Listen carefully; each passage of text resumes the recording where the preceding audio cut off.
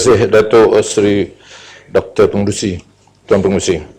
Tuan Pengerusi, tahun hadapan Angkatan Tentera Malaysia atau Kementerian Pertahanan akan diperuntukkan dengan jumlah wang sebanyak 17 bilion. Banyak tu Tuan Pengerusi, 17 bilion. Saya ingin merujuk kepada B60 butiran 10,000 iaitu emolument. Emolument diperuntukkan sebanyak 7.212 bilion ringgit. Tuan Pengerusi. Ya. Ini saya ingin tahu daripada kementerian pecahan bayaran gaji kepada warga awam dan juga warga tentera, ya, supaya kita dapat tahu berapakah bilangan warga angkatan tentera di dalam negara kita. Dengan terdapatnya butiran tersebut, jadi kita boleh nilai sama ada kita perlu risau dan bimbang serangan tentera Sulu yang jumlahnya lebih kurang 300 orang dengan angkatan tentera kita yang berpuluh ribu orang, Tuan Pengerusi. Dalam hal ini juga, Tuan Pengerusi, angkatan tentera dikepalai oleh Panglima Angkatan Tentera yang berpangkat Jeneral 4 bintang. Tentunya beliau merupakan warga tentera yang menerima gaji paling tinggi. Soalan saya, mengapakah kerajaan ataupun Kementerian Pertahanan melakukan amalan menyambung perkhidmatan Panglima Angkatan Tentera ini?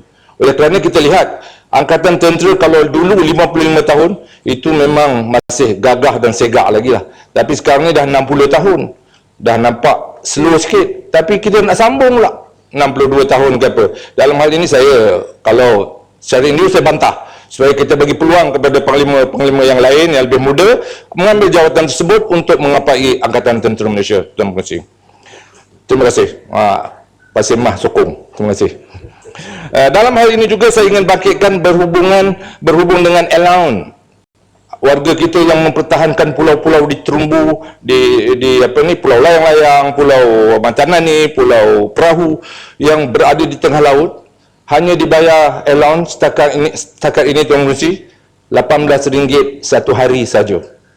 Untuk itu saya tuntut Kementerian Pertahanan sudah melihat balik keadaan ini oleh kerana pengorbanan beliau, pengorbanan mereka mempertahankan negara di barisan hadapan dengan risiko ribut serangan-serangan tentera musuh, maka saya tuntut supaya allowance ini dinaikkan sekurang-kurangnya RM50 satu hari. Kalau kena bertugas di sana sebulan, balik bolehlah bayar hutang-hutang beralung tu, ya. Kita mohonlah Kementerian Pertahanan untuk melihat perkara ini. Dalam hal perkhidmatan dan bekalan butiran 20,000 Tuan Pengerusi, Kementerian Pertahanan diperuntukkan sebanyak 5.7 bilion. Dalam hal ini saya ingin membangkitkan butiran 60,000, yakni mengenai latihan khidmat negara sebagaimana dibangkitkan oleh rakan daripada Batu Gajah.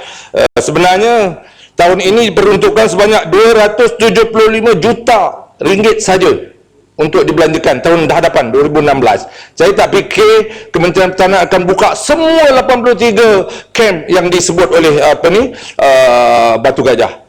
Dan untuk itu saya ingin mendapatkan butiran daripada Kementerian berapakah kamp yang akan dibuka dengan peruntukan sebanyak 275 juta pada tahun hadapan.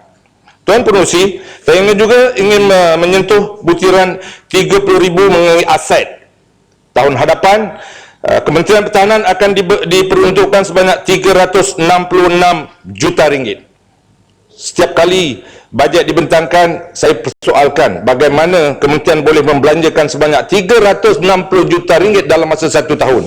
Sedangkan kita tahu perolehan peralatan tentera mengambil masa, ya, untuk menyediakan spesifikasi, menjadikan tender dokumen, kemudian kita tenderkan ke buat penilaian dan pengaduan mengambil masa. Jadi saya persoalkan bagaimana Angkatan Tentera ataupun Kementerian Pertahanan boleh membelanjakan 366 juta ringgit.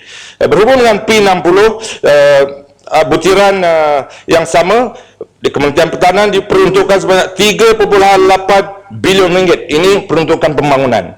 Saya yakin dan percaya peruntukan ini adalah digunakan untuk membayar perolehan yang telah dilakukan untuk tentera laut, tentera darat dan tentu udara. Untuk itu, Kementerian Pertahanan saya mohon untuk memberi butiran bayaran perolehan tersebut. Berapa banyakkah kita telah bayar untuk perolehan lateral combat ship? Berapa banyak juga kita telah bayar untuk short range air defense missile? Saya juga ingin tahu berapa banyakkah kita telah bayar untuk armor vehicle 8x8. Dan begitu juga dengan perolehan A400M Airbus dan juga intelligence and surveillance system yang telah kita peroleh sebelum ini, dan berapakah banyak kos atau pembayaran ansuran yang kita perbayar pada tahun ini. Sebagaimana dinyatakan oleh Menteri Pertahanan, tahun hadapan beliau akan membina sebanyak 1,000 rumah kelamin. Peruntukan yang diperuntukkan pada tahun depan setakat 62 juta. Untuk itu, saya ingin mendapat penjelasan, pencerahan daripada Kementerian Pertahanan di manakah kuartus-kuartus yang akan dibina sebanyak 1,000 tersebut untuk tentera laut, darat, udara dan juga bersama. Saya ingin menyentuh perkara yang dibangkitkan oleh Kuala Krai berhubungan strategi 70% persediaan. Ini telah saya bangkitkan pada pertama kali saya bersidang di Dewan ini. Oleh kerana 70% persediaan itu merupakan 70% aset yang digunakan untuk operasi pada setiap tahun.